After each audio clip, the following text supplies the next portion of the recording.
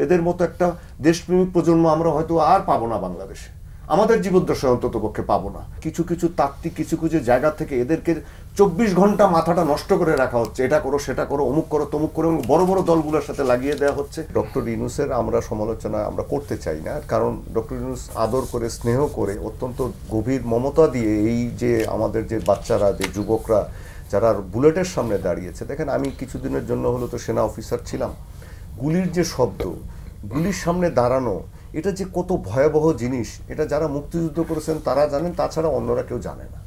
যারা আর্মিতে ছিল তারা জানে, অন্যরা কেউ জানে না। এই বাচ্চাগুলো কিন্তু সেরকম আপনার সাজোয়াজানের সামনে দাঁড়িয়েছে।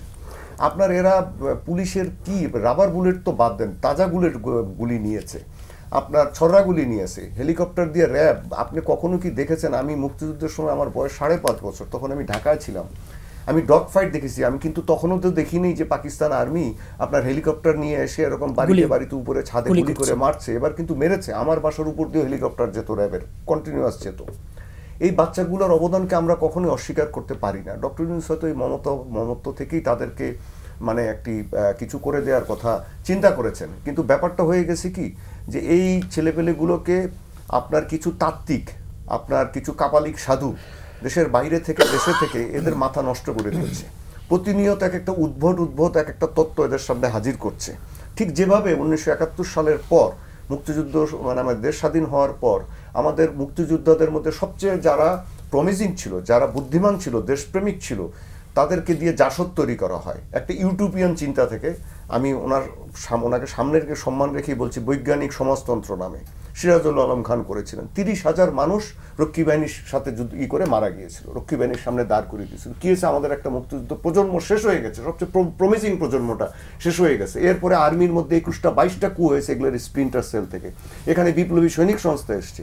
আমার কেন জানি মনে হচ্ছে যে এই যে বাচ্চাগুলো, এই যে যুবক তরুণীরা যারা এরকম করে মানে মাঠে নেমেছিল, এদের মতো একটা দেশপ্রেমিক প্রজন্ম আমরা হয়তো আর পাবো না বাংলাদেশে, আমাদের জীবদ্দশায় অন্তত পক্ষে পাবো না। এদেরকে কেন এর কিছু কিছু তাত্ত্বিক কিছু কিছু জায়গা থেকে এদেরকে 24 ঘন্টা মাথাটা নষ্ট করে রাখা হচ্ছে, এটা করো সেটা করো, অমুক করো তমুক করো, বড় বড় দলগুলোর সাথে লাগিয়ে দেওয়া হচ্ছে। বিভিন্ন রকমের সাইড ইস্যুকে মেইন ইস্যু বানিয়ে নিয়ে এরা অস্থিরতার মধ্যে এদেরকে ফেলে দেওয়া হচ্ছে। আপনাকে বুঝতে হবে যে এই বাচ্চাগুলা যেভাবে যুদ্ধ করেছে, এটা হচ্ছে তাদের মধ্যে ট্রমা আছে, তারা পিটিএসডিতে ভুগতেছে। আমাদের উচিত ছিল যে তাদেরকে একটা সুস্থির জীবন দেওয়া, তাদেরকে একটি ভালো মানে অবস্থান তৈরি করে দেওয়া। সেটা না তৈরি করে আমিও সাংবাদিকতা করতে যে তাত্ত্বিকদেরকে দেখে এসছি, আমরা ক্লান্ত এদেরকে দেখতে দেখতে, এদের কথা শুনতে শুনতে। বিশেষ করে একটি মিডিয়া গ্রুপের তৈরি করা তস্য কিছু তাত্ত্বিক এবং সুশীল, এরা অস্থির করে ফেলায় বাংলাদেশটাকে সবসময়। আমি সারা জীবন দেখছি আমার সাংবাদিকতার জীবনে, বিরাজনীতিকরণ করো, মাইনাস করো, এ সমস্ত করে করে একবার 111 করেছে তারা, করতে গিয়ে দেশটাকে 17 বছর আপনার স্বৈর শাসনের হাতে দিয়েছে। এখন এই আরো বিভিন্ন রকমের তত্ত্ব এরা বিভিন্ন দিক দিয়ে ছুটছে। কিন্তু আবারও বলি, এদের সমস্ত কিছুর আমি এই বাচ্চাগুলো যাতে কোনো ক্ষতি না হয় সেটা আমি কায়মনোবাক্যে কামনা করি যে এদেরকে রক্ষা করা আমাদের দায়িত্ব। কিন্তু আবারও বলি, সমস্ত কিছুর লক্ষ্য হচ্ছে মাইনাস বিএনপি।